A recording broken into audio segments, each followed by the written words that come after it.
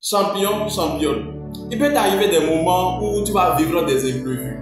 Quand on parle des imprévus, ce sont les coups de la vie. Il peut t'arriver que tu vas peut-être perdre ton boulot. Il peut t'arriver que subitement tu es là et tu chopes une maladie et la maladie commence par te ronger.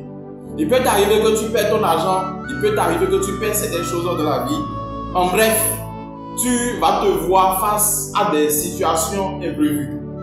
Toujours ce que j'aimerais te dire, lorsque cette situation arrive, c'est parfois pour pouvoir bousiller ton plan.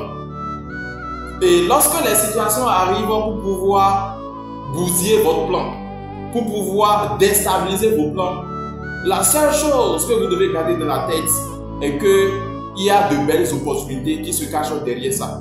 Il faut savoir que si tu veux construire une grande maison, il faut savoir que la petite que tu as, Dieu va d'abord détruire la petite pour pouvoir te faire construire la grande.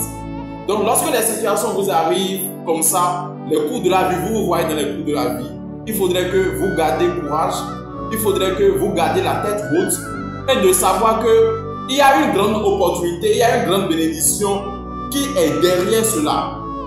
Dans Proverbe 16 verset 9, il est écrit que le cœur de l'homme médite sa voie, mais c'est l'Éternel qui dirige ses pas.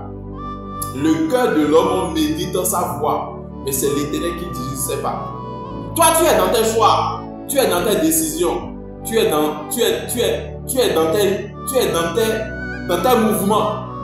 Mais il faut savoir qu'au-dessus de tout, c'est l'Éternel qui va diriger tes pas.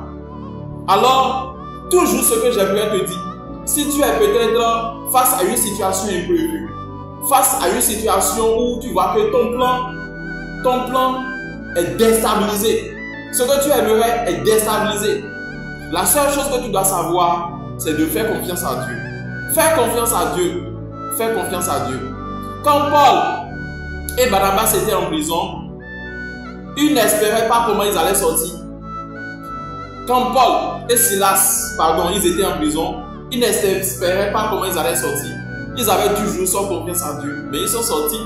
Quand Abraham a quitté son pays natal, il ne savait pas véritablement là où il allait rester. Mais l'Éternel, Dieu l'a établi père d'une nation. Quand Josué, après Moïse, a pris le contrôle de la direction du peuple d'Israël pour pouvoir les conduire, ils savaient qu'ils se rendaient dans un lieu, mais eux-mêmes, ils ne savaient pas au juste là où ils se rendaient. Ils avaient tout juste confiance. Et nous avons vu que la terre, le lieu qui était véritablement produit, ils sont rentrés en possession de cela. Si tu veux rentrer en possession de grandes choses, il faudrait que tu puisses garder ta confiance en Dieu. Avoir confiance en Dieu. Garde ta confiance en Dieu. C'est très important. Donc si tu as tombé sur cette vidéo, j'aimerais juste te lancer ce message à ce que tu ne perdes jamais ta confiance en Dieu. Garde-la. Garde cette confiance. Garde cette confiance. Il ne faut pas oublier que pour pouvoir aller sur la terre promise, il y a beaucoup de personnes qui ont perdu leur confiance. Et ils sont morts.